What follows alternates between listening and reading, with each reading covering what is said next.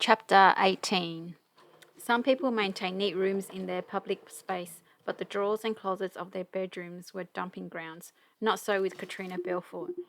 Her desktop was clear except for the computer monitor, and everything stored below had been organized. While McAdams poked around in her bedroom, Decker pulled out the drawer's contents and sifted through the printer matter. He mostly found bills, old receipts, and bank statements organized by dates and categories. All of the amounts going in and out suggest a reasonable life. Her academic work was contained in the bottom two drawers, papers with indecipherable formulas except to those in the know, and two neatly typed up articles, both of them having to do with longitude studies of stock predictions using fast Fourier transforms. There was also a few cover letters to academic journals explaining her topic and submitting her work for publication. There were no personal letters, but people often correspond in text, tweets, and emails. He hoped her phone and computer would divulge some hints as to what had happened in the woods. A half hour later, McAdams emerged from the bedroom, holding a sheet of paper with a latex glove hand. I think you need to see this. He handed the paper to Decker, smack in the middle of the sheet were the lines, I can't go on anymore, the pain is too much. It was typed using the same font and letter size as Belfort's peer review articles, Times New Roman, with a magnification of 12. Where'd you find this? Decker asked. In a nightstand drawer, just opened it up and there it was, McAdams said. It's rather non-specific for a suicide note. First thing I'm interested in is what kind of pain? Did you go through the bathroom yet? I did. Did you find any prescription medication? McAdams took out his notebook. Aleve, Tylenol, Clarentine, Benadryl, Sudafed, vitamins, organics, by the way. One vial of erythromycin with 2 tablets inside. She didn't finish her course, bad girl. So there was nothing to suggest that she was on pain relievers for a physical condition. Anything to suggest psychological pain, anxiety, or depression medication. Just what I told you, boss. She was on birth control. It might suggest a boyfriend, even if there was no pictures of him in her house. Sure, we need to explore further. What about illegal stuff? As a matter of fact, she had some loose joints in a plastic bag in her nightstand. The one not with the note. How many joints? A half dozen. I counted them. More recreational user than dealer. I agree. What about poisons? Nothing in the bathroom. Although I suppose you can OD on Sudafed or Benadryl, especially if you mix it with booze. I haven't checked the kitchen yet. Maybe she was a secret boozer. Since the house was open plan with no walls, the living room, the dining room, and a tiny kitchen were all one space. McAdams started by looking in the pantry while Decker opened the refrigerator. Inside were a half-gallon of milk that hadn't reached its expiration date. Ditto with orange juice, fresh juice, and salad vegetables in the bin. Fresh cheese and several packets of deli meat. Decker smelled it, nothing rotten or off. He checked the freezer, which was equally well stocked. Frozen juice, fruit, pies, crusts, cookies, lots of boxes and one dish meals like lasagna, pot pies, stews, and several cartons of chicken breast with green beans and roasted potatoes. That's about a half dozen wine cartons in the pantry. 2 buckchuck. Also 2 used bottles of whiskey, Chivas and Jim Beam, which is bourbon actually. What about under the sink? McAdams squatted. Dishwashing liquid, Cascade, sponges, Drano. He opened the bottle. The chemicals burned his eyes. Looked full. Nothing here suggests depression. He stood up and stretched. Nothing suggests that this woman's life was falling apart, and yet something in her life got her killed. If we think the note was faked, we have to figure out who would fake it and who would type it out on her computer. It has to be someone she knew well. Tyler, do you think you'll be able to hack into her computer? I honestly don't think so, but I'll give it the old college try. Okay, let's do this. Detach the keyboard and the mouse from the computer. I want our crime scene unit to dust it for prints. If it hasn't been tampered with, we might get something beyond smudge prints. We'll take the desktop to the station house after we've dusted the on-off button for prints. Keep it up for a while. See if we make any headway. I'll meet you there and I'll pick up dinner for us. Just give me a few little time. Last winter, the station house at night was one step above an igloo. The heat's been fixed to the point where you have to open a window to breathe. You'll be fine. You know, if things were permanently deleted from her files, I know I won't be able to recover them, but a pro would possibly recover the files from the hard drive if they weren't written over. If we have to, we'll hire a pro Just do what you can. Take the computer in the car. I'll walk into town, get some scrub, and meet you back at the station house.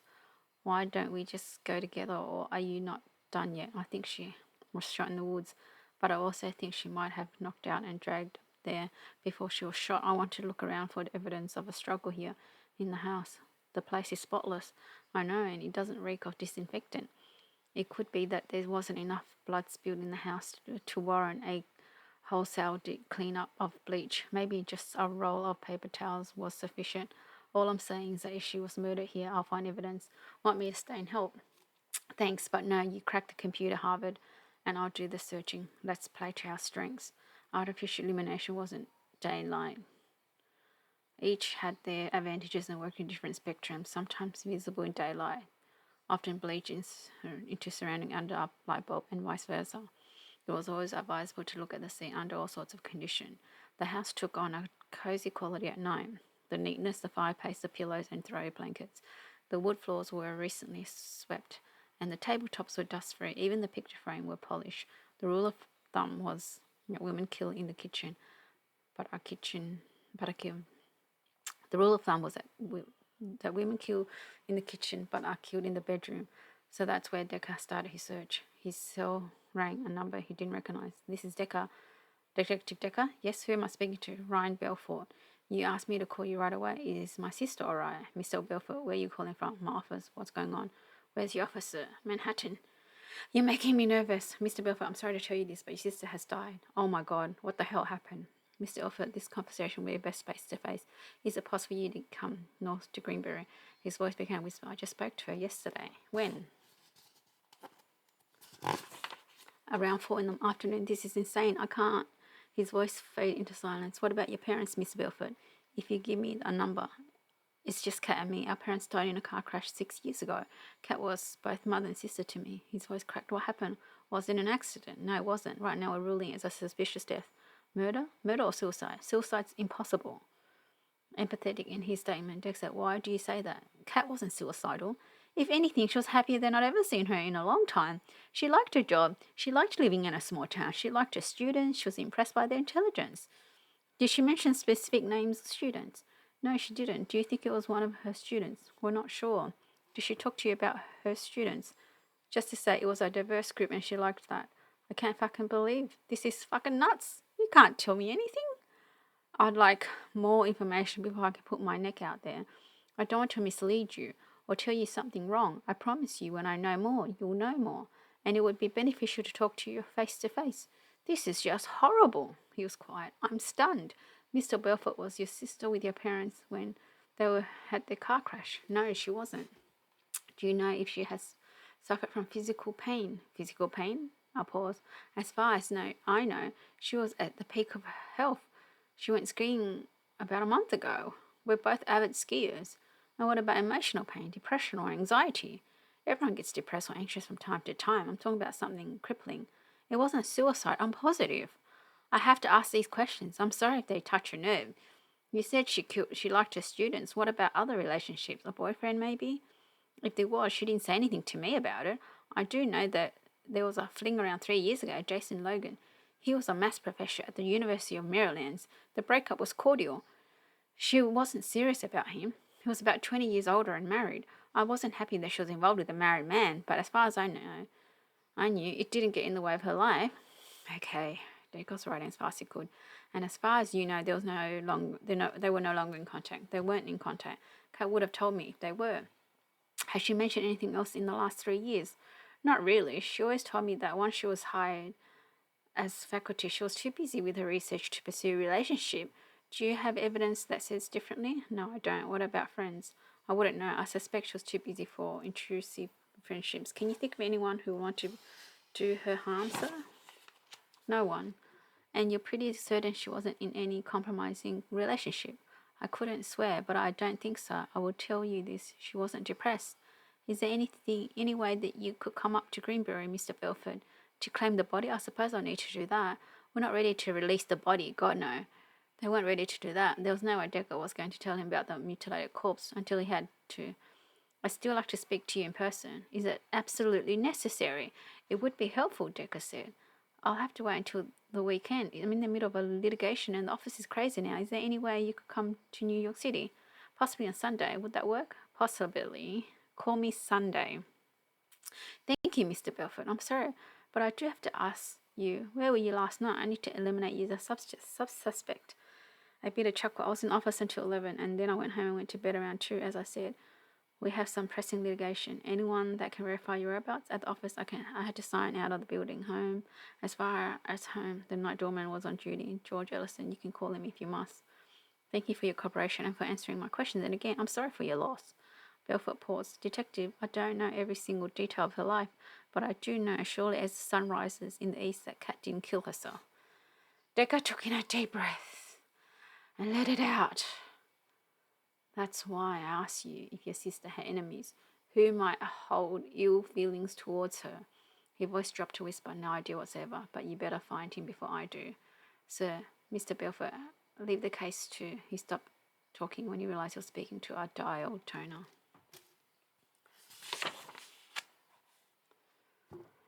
Chapter 19. Decker made 2 lists. Why would it be suicide? 1. Single shot to the head, bullet from the gun, probably. 2. A suicide note. No evidence of another crime scene yet. 4. Her house was in order. TCB. Before she left the planet. Recent suicide at Elijah Wolf. Did she do a copycat? Who was it related? Why suicide is doubtful. 1. No evidence that Katrina's life was falling apart. Home of a clear-thinking individual. See number 4 why it could be suicide. The single gunshot to the head was an odd angle for suicide. The removal of her clothing and attempt to make the suicide look like Elijah Wolf's death. If she had PCP in her system, it could have elevated her temperature and took her clothes off. Check with toxicology report. 4. No mention from students or colleagues of drugs or alcohol abuse. Probe this angle. 5. Suicide note was non-specific, staged. He read over the list several times. If there was anything that suggested the slaying happened inside the house, and that would include OD or poison, Decker was determined to find evidence. He carried 2 pairs of glasses with him. One was for reading print that was too small for his old eyes. The other pair had even greater magnification. He used that pair when searching for clues. He gloved up, snapped the fingers into place, and went to work.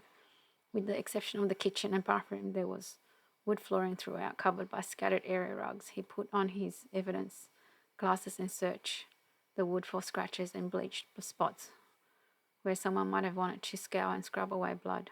When he didn't find anything obvious, he moved to the area rugs, squatting. He hunted around for wet spots. Nothing. Then he stood up and carefully removed furniture off the rugs. Then he lifted the rugs and checked the padding underneath. Nothing damp or sticky. He checked the upholstery on the couches and chairs, removing pillows and cushions to view and find the framework, but found that everything was utterly normal. Next, he moved on to the next small tiled kitchen that led to the back door. The floor looked clean and dry over the ground. Even so, he sprayed the small surface area with luminol and turned off the lights.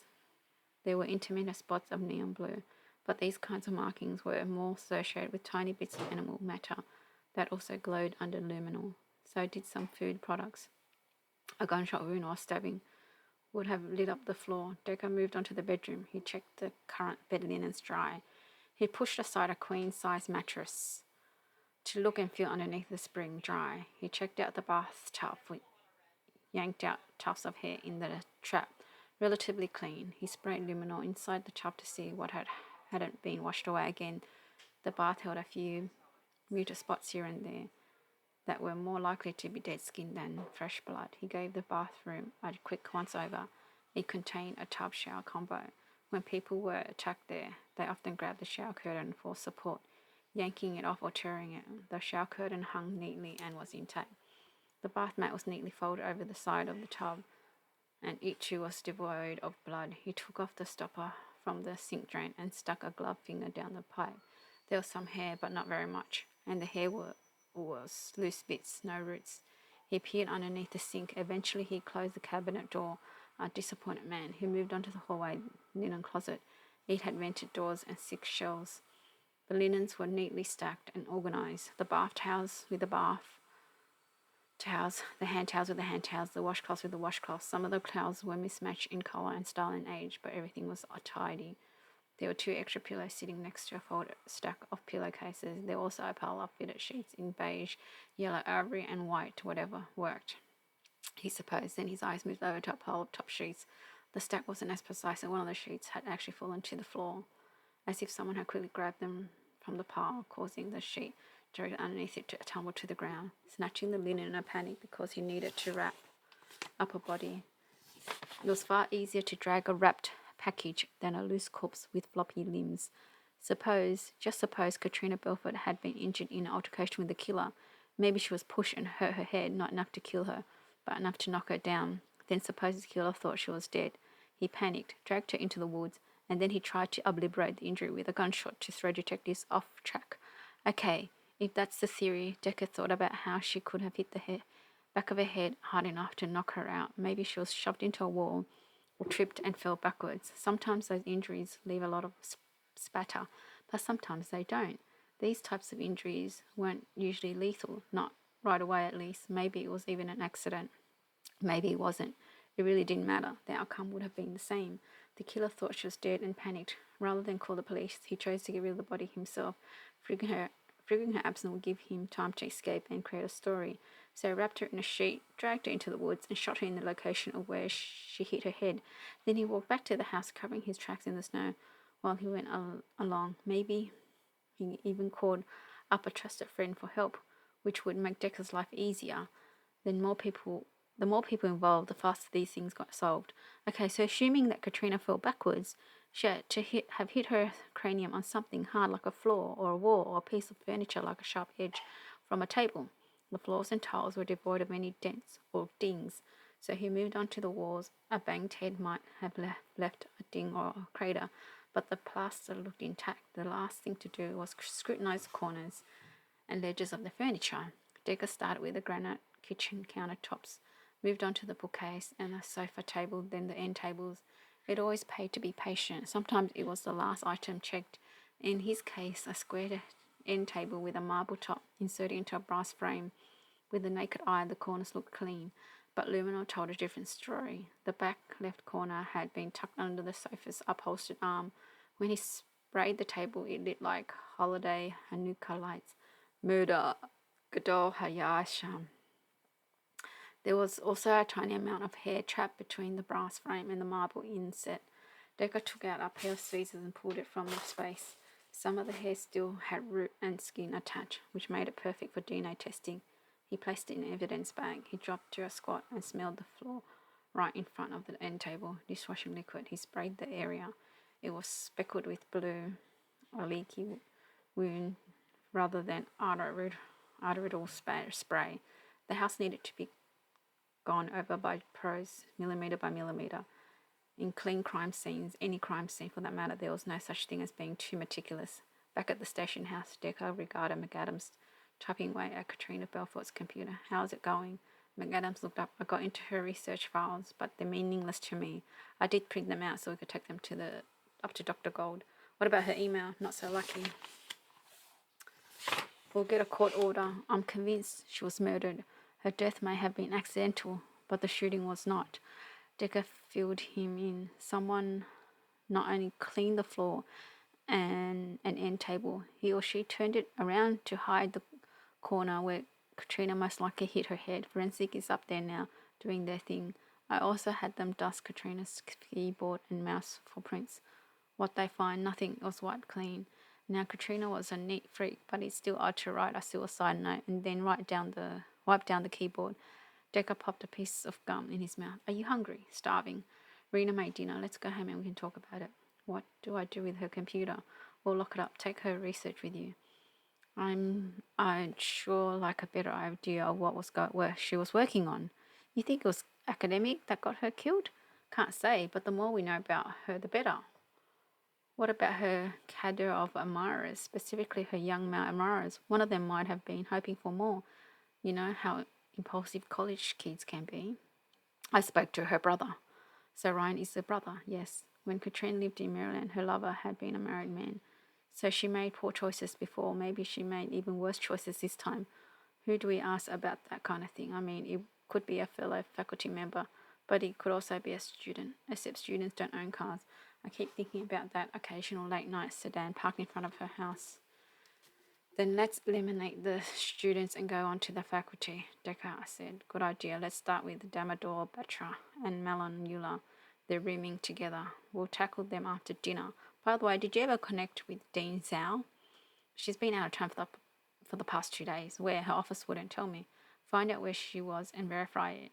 If she was truly out of town, then she'd be out of the running as a suspect in Katrina's death. Why do you suspect her? Just because she's in the department and seemed keen on looking at Eli's papers? What about Linus Talbard? Did you connect with him? We kept missing each other. Want me to try again? Yes, I do. He and Eli were doing something hush-hush. I want to know what it was. Dicker checked his watch. It was almost 7. Let's eat first. Fine. McAdam stood up and hoisted the computer to bring it to the evidence cage. We need to re-interview everyone. While we're concentrating on the college, I'll have Kevin and Karen talk to the neighbours again. Then you and I will have to go to Boston and show Eli's papers to Dr. Gold. See what the fuck he has to say. You're swearing. You must be tired. I'm beat. Decker rubbed his eye. Let's go home and get some grub. Man does not detect on bread alone. The conversation which entered on Katrina's murder continued all through dinner and laid us over tea and coffee. Dressed in sweats, Rena listened as the boys talked. It was toasty inside the house, so much so that she turned down the heat because the boys were complaining. She waited until there was a lull in the discussion. Then she said, if you're going to interview the college kids again, how about if I come with you? Decker regarded his wife over the rim of his coffee mug. Why, may I ask?